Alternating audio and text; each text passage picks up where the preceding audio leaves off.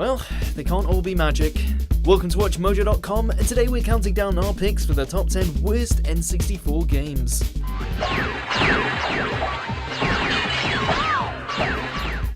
Before we begin, we publish new videos every day, so be sure to subscribe for more great content. For this list, we'll be looking at the most universally despised video games which were released on the Nintendo 64. These are the games which are widely considered to be critical failures, both at the time of release and retroactively.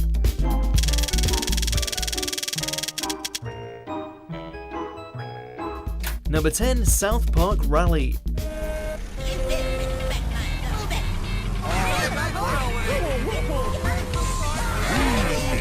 While South Park has certainly enjoyed a resurgence on the video game market in recent years, the series was bottom of the barrel crap at the turn of the millennium. South Park Rally is a racing game because nothing screams South Park like racing. As you can imagine, Trey Parker and Matt Stone had little involvement in the game, aside from providing the voices, so it's missing the signature South Park humor, which has made the show and subsequent games so much fun. This would be forgivable if the go-karting was actually interesting, but it isn't. The tracks are confusing and the game can be brutally difficult. But hey, that's acclaimed South Park games for you. We got it, Cheesy Poop. Number 9, Earthworm Jim 3D. There's only one ego for this job, and it's a really big one!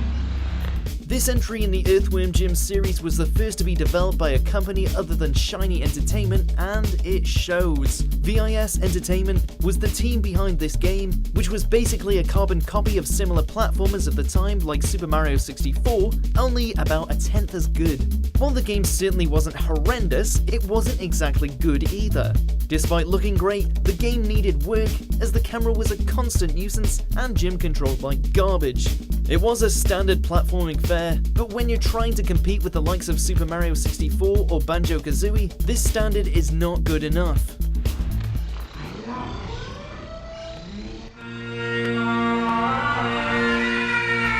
Number 8, ClayFighter 63 and a third. Slither, take this! Ouch!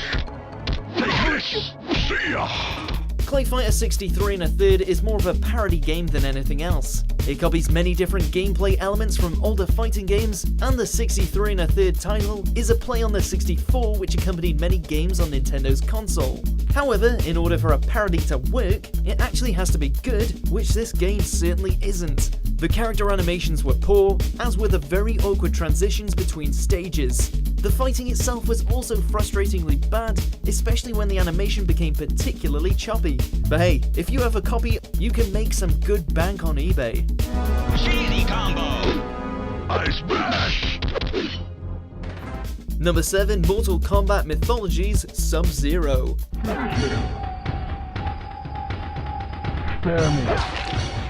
The Mortal Kombat games are some of the most influential fighting games of all time.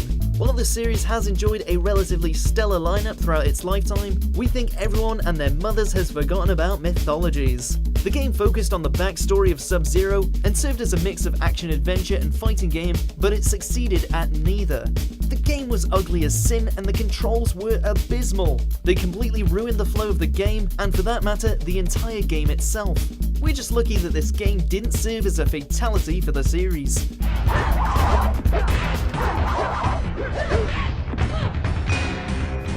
Number 6, Power Rangers Lightspeed Rescue. Hey Ranger, you can clean up the mess by pressing the A button. We hate to pick on games aimed for children, but we gotta do what we gotta do. The game sounds awesome enough. It features fan favorite villains like Diabolico, and voice clips from the actors are peppered throughout the game. However, no matter how much effort went into making this game pleasing for the fans, they forgot to make it fun. For one thing, the game was ugly, especially considering that it was released in 2000. For another, the game consisted of little more than pressing a button and shooting the bad guys ad nauseum. We have a feeling that even the kids would be falling asleep while playing this one. Yay! Number 5, Daikatana.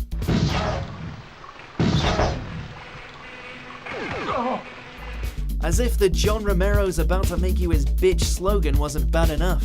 Daikatana is from the mind of John Romero, the man involved in some of the best games from the early 90s, including Doom and Quake.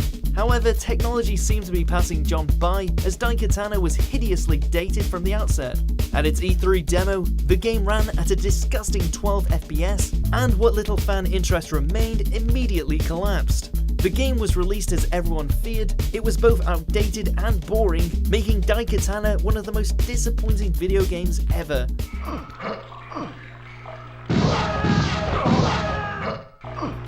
Number 4. Hey You, Pikachu.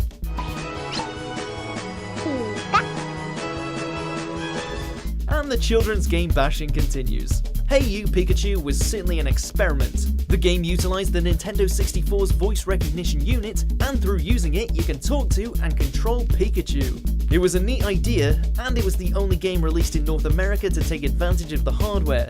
Unfortunately, the game behind it was mediocre at best. It was frustratingly tedious, and the voice recognition hardware was consistently touchy.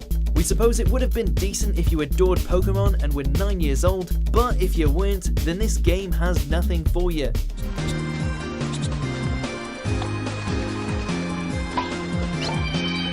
Number 3, Batman Beyond: Return of the Joker.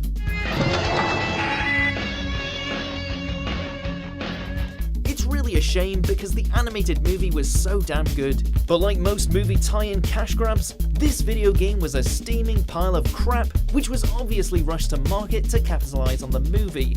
In the game, you control Batman in a side-scrolling beat-em-up, and it is every bit as boring as that sounds. Everything about this game just screams terrible, from the horrible animations to the ugly graphics to the seriously outdated gameplay mechanics. As a 1980s arcade title, this game would have been alright. As a game released in 2000, it's just pathetic.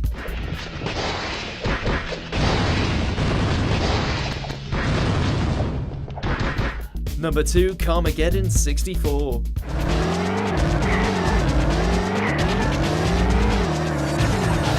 Don't get us wrong, Carmageddon was an awesome game, providing you're playing it on the PC.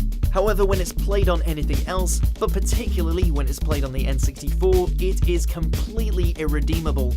This port took everything which was fun about the original and ruined it.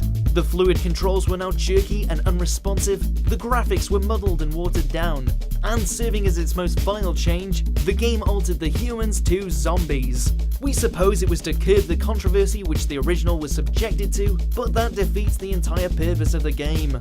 It was an all-around mess, and a huge blemish on the Carmageddon name.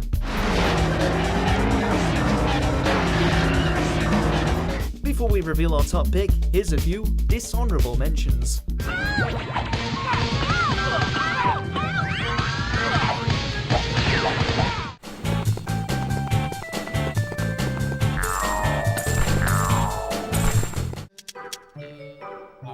Now it's time to swing some mud! Number 1, Superman.